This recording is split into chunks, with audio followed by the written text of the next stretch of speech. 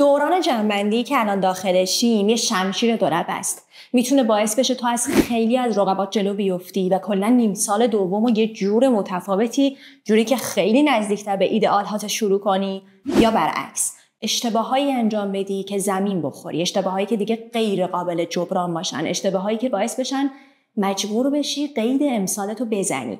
و من امروز میخوام در مورد این اشتباه‌ها باهاتون صحبت کنم.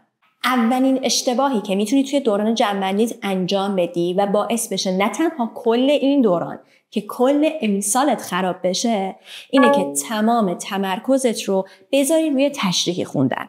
اگر 12ام، 11ام یا 10می، یعنی کسی نیستی که توی این دوران امتحان نداشته باشی و صرفا بخوای جمع‌بندی تو بشی به کنکوری انجام بدی، خیلی مهمه که تعادل و ترکیب مناسبی از تشریحی و تستی خوندن رو برقرار بکنی.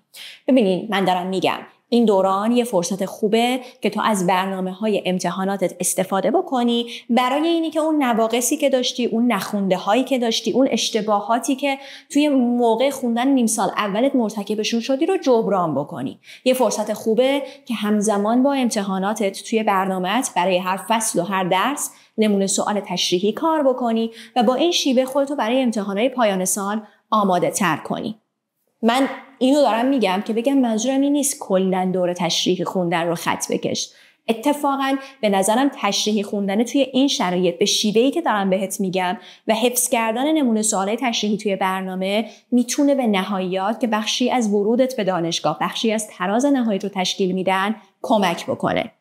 اما آیا باید این خوندنه، این تشریحی کار کردنه مثل تایم نهایی باشه؟ باید بخش زیادی از تمرکزمون رو روی تشریحی خوندن بذاریم؟ نه.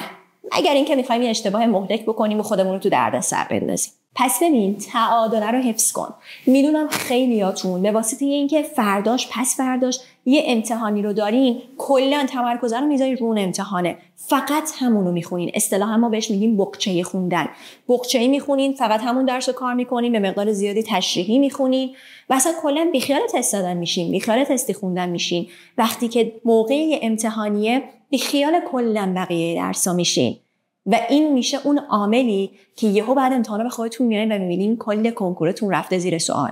بچه‌ها، با هم تعارف که نداریم. ببینین الان نمره‌ای که شما توی امتحانای نیم سال اولتون میگیرین، توی هر پایه‌ای که هستین، هیچ تأثیری هیچ کجای زندگیتون اگر مسیرتون از طریق کنکوره نداره. خب من مستمر مثلا ادبیات بهم داده شد 1، با اینی که بهم داده میشد 20 18 چه فرقی میکرد؟ تأثیری توی رتبه من ایجاد میکرد؟ نه. الان هم همونه. حتی برای اونی که نهاییش قطعیه، حالا یه سری میگن شما نهاییتون تاثیر مثبت داشت چون من نظام قدیمم، ولی داستان اینه، اوکی تاثیر قطعی هم اگر در نظر بگیریم، تو در واقع معدل کتبی نهایی، نمره های کتبی نهاییته که تاثیر قطعی رو داره. نمره مستمر، نمره امتحان مستمر، نمره امتحان نیم سال اول هیچ کجا تاثیر نداره. برای همین میگم امتحانا رو از این جنبه مثبتش که نواقصت رو جبران بکنی توی فرجه هاش، یا یکم تشریح خوندن رو کار کنی تویی که این مدت احتمالاً بیشتر تستی کار کردی و خودت رو برای نهایی آماده تر بکنی، خوبه، ولی در همین حد خوبه. بیشترش میشه اون اشتباهی که نباید مرتکبش بشی. دومین اشتباه مهلک توی این بازه به هم زدن لایف استایلته. ببین بچه‌ها، خیلیاتون رو میبینم برای اینی که بخواین حالا اون نواقص قبلی رو جبران بکنین، برسین به برنامه امتحانتون، برسین یه نمره خوبی بگیرین، برسین حتی به آزمونتون. اینجا دیگه شامل اونایی که حتی توی دوران جمع‌بندی امتحان ندارن و پشت کنکوریان و صرفا درگیر جمع‌بندی کردنن هم شامل میشه. از خوابتون میزنین. برای اینکه ساعت مطالعه رو ببرین بالا، از خوابتون میزنین. من توی کلاسایی که قبل از جمع‌بندی برای بچه‌های خودمون گذاشتم به یه نکته اشاره کردم. گفتم ببین، تو باید تمام خودت توی این دوران بذاری. تمام توانت رو، بهترین خودت رو بیای توی دوران جمع‌بندی پیاده بکنی، برای اینکه اون ترنینگ پوینت، اون نقطه عطفی که بهتون گفتم میتونه تو دوران جمع‌بندی اتفاق بیفته، تو رو یهو نسبت به رقبات متمایز کنه، اون برات پیش بیاد. بنابراین یه اتفاق مهمی که توی این دوران میبینم خیلیاتون میرین سمتش اینه که من برای اینکه ساعت مطالعه‌مو به شکل غیر استانداردی بالا ببرم، برای اینکه به امتحانام برسم، از خوابم میزنم، شب دیر میخوابم، کلا ساعت خواب و بیداریم به هم میخوره. این اشتباه ترین کاره. اولا یه نکته وجود داره. به نظر من که کلا بالاتر از 14-15 ساعت خوندن، ساعت مطالعه اصلا استاندارد نیست. اونم 14-15 ساعت در طی یک هفته 1-2 روز خیلی استثنا، نه اینه که بخواد مداوم باشه و استاندارد نیست به این معنا که میتونه توی اون مسیر طولانی کنکور فرسودت کنه. اما میگم توی این بازه اشکالی نداره، داره میگیم همه توانمون رو بذاریم، یه روزایی ممکنه داشته باشیم. حتی تو بخوای به این ساعت مطالعه برسی نیازی نیست از خوابت بزنی.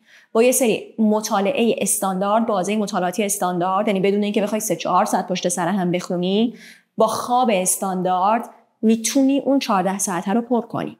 خب بنابراین به جای اینی که برای بالا بردن ساعت مطالعت، برای رسیدن به امتحانت بخوای از خوابت بزنی، از روزت درست‌تر استفاده کن، چون این از خواب زدن یه جای دیگه از چشمت در میاره. سر امتحان، سر آزمون متوجه میشی که چقدر بازدهیت اومده پایین و نمیتونی اونجور که باید از اطلاعات مغزت، از آموزشایی که گرفتی استفاده بکنی. اینو من بارها دیدم که دانش آموزانم، تو کانالم چندین نمونهشو براتون گذاشتم.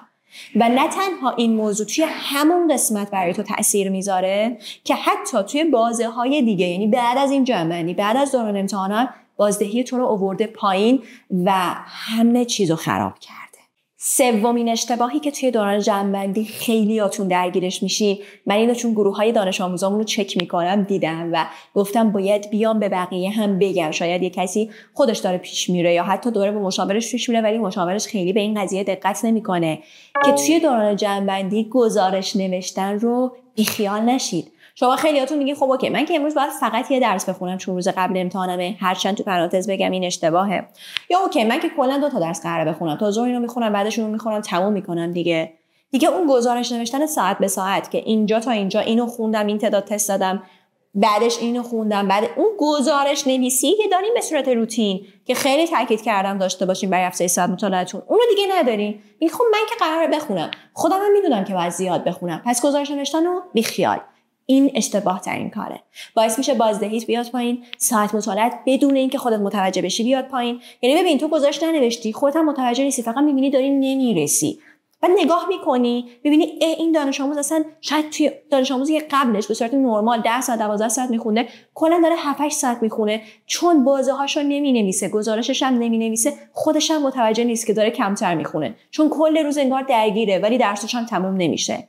پس اگر اولا قبل از این گزارش کار مینوشتی و فکر میکنی توی امتحانات دیگه نیازی به گزارش کار نوشتن نیست، سخت در اشتباهی. دوما اگر قبل از این گزارش کار نمینوشتی، فکر کنم دیگه جواب میدونی، شروع کن به گزارش کار نوشتن. یه دفتر بردار، گزارش کارات رو به صورت روزانه و ساعتی توش وارد کن، چون این متحدت میکنه که بتونی به اون ساعت مطالعه‌ای که گفتم باید بره بالا برسی. یه اشتباه مهلک دیگه که بچه‌ها توی این دوران کمتر میبینم ولی دوچارش میشن اینه که خب دیگه توی دوران جمع‌بندی مطلب جدید نخونیم، یا برعکس الان که دیگه آزمون جلو نمیره من چه این 20 روز بشینم همه اون چیزایی که نخونده بودم عقب افتاده بودم و فقط بخونم، فقط مطلب جدید بخونم. هر دوی اینها اشتباهه. برنامه درست برنامه‌ای که ترکیبی از اینا باشه. تو یه سری از نخونده هات رو بیای بذاری تو اولویت، بخونی، برسونی اونایی که ساده‌ترن، پرسوال‌ترن، در واقع مباحث مهمتر کنکورن، ولی باید در کنارش مطالبی که توی این مدت خوندی رو حتما مرور کنی، تست بزنی و به مرحله تسلط برسونیشون. فکر نکن اینا رو خوندم بیخیال توی این بازه که امتحانا جلو نمیرن، آزمونا منظورمه، یا توی این بازه که مثلا کلاسای آنلاینم تعطیل شدن برم خودم رو برسونم. نه، درسته تو یه مقداریشو باید مطلب جدید بخونی، اما باید حتما مطالب قبلی که خوندی رو مرور کنی. من برای بچه‌ها توی کلاسشون یه مثالی زدم. فکر کن به نظر توی یه کتابخونه‌ای که همه کتابا در هم ریخته، اصلا قفسه بندی نه هیچ، زمین پر کتابای به هم ریخته شده، بهت میگم برو فلان کتابو پیدا کن. چند ساعت طول میکشه تو بتونی اون کتاب رو پیدا کنی؟ نسبت به حالتی که بذارن توی کتابخونه منظم، قفسه بندی شده، دسته بندی شده، این کتابای داستانی اینجا، کتابای تاریخی اینجا، بهت بگم فلان کتابو پیدا کن. میدونی دقیقاً من باید برم سراغ فلان قفسه، فلان قسمتش. این همون مغز توئه که توی جمع‌بندی اتفاق میفته. با یه برنامه درست، با آزمون و تست و نمونه سوال کافی، تو از مغزت یه همچین کتابخونه میسازی و دیگه اونی که میگی میرم سر آزمون خوندم نمیتونم جواب بدم کمتر برات پیش میاد. حالا بیا بهم بگو توی این مدت کدوم یکی از این اشتباه‌ها رو انجام دادی که بهت بگم برای جبرانش چی کار کنی. یادت نره ما توی پادیستا خیلی دوستت داریم و خیلی دلمون میخواد پیشرفت تو ببینیم. پس تو هم اینو حتما با بقیه دوستات که دوست داری پیشرفتشون رو ببینی به اشتراک بذار. اگه هنوز ما رو سابسکرایب نکردین این کارو بکنین، چون یه عالمه محتوا واسه نزدیک شدنتون به کنکور توی راهه و مطمئنم خیلی قراره به دردتون بخوره. دوستتون داریم و خداحافظ.